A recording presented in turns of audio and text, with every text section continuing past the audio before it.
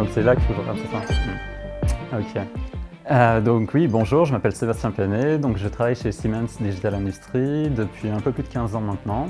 Je suis rentré donc après l'école, je suis un bébé Siemens et j'ai évolué dans l'entreprise à différents postes avec mon petit frère. On a tous les deux grandi pendant plus de 15 ans dans cette entreprise.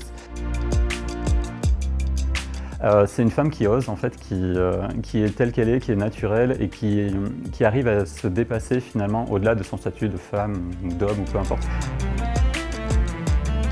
Et en fait, j'ai eu la chance de la rencontrer sur un événement Siemens dans Paris.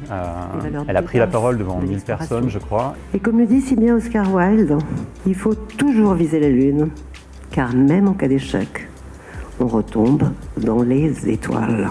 Et malheureusement, elle avait une extinction de voix, mais pourtant son charisme, sa façon de parler, son discours était tellement carré, tellement posé, elle vivait tellement son moment qu'elle a fini sur une standing ovation avec tout le monde qui était capable d'écouter ce message-là. Et pour moi, c'est ce type de personne qui vraiment m'inspire et à qui je voudrais vraiment ressembler. Quand on veut devenir ingénieur et tout ça, on a tous envie de partir dans l'espace.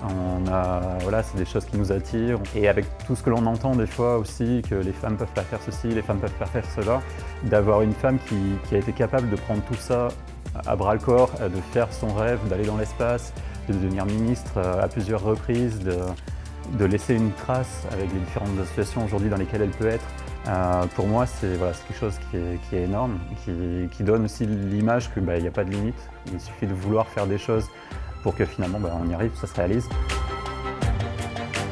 Quand on m'a posé la question, est-ce que vous avez une femme inspirante, quelqu'un qui dans la vie vous a marqué, tout de suite j'ai eu l'image de Lady Gaga dans une émission assez connue en France qui s'appelle Taratata, où quand elle va chanter Poker Face, sa façon d'être, de se mettre en scène, je ne suis pas forcément un fan inconditionnel de Lady Gaga à la base, mais à ce moment-là, tout de suite m'est revenu en tête parce qu'elle se moque finalement de comment les gens pourront l'apercevoir, de sa façon d'être. C'est du piano-voix, il n'y a aucun artifice, et voilà, elle scotche tout le monde est finalement bouche bée devant cette prestation. Et au-delà du personnage de Lady Gaga, on n'aime pas ses provocations, sa façon d'être. En tout cas, ce jour-là, en chantant Poker Face à Taratata, pour moi, elle m'a complètement décomplexé sur le fait que même en étant timide, réservée, elle n'est pas très grande aussi, je crois, on peut être qui on a envie d'être, et même devant des millions de personnes, et qu'à la fin, on fasse quelque chose qui marque et qui reste. L'égalité, pour moi, c'est un terme, c'est presque pas le bon.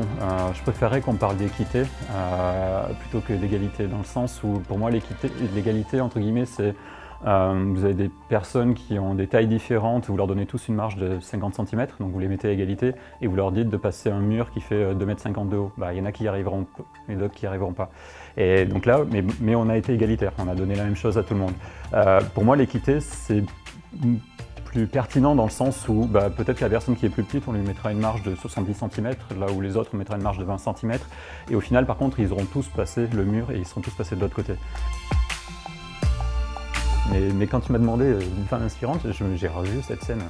C'est juste incroyable. Je ne sais pas pourquoi c'est revenu comme ça en me disant waouh, c'est impressionnant.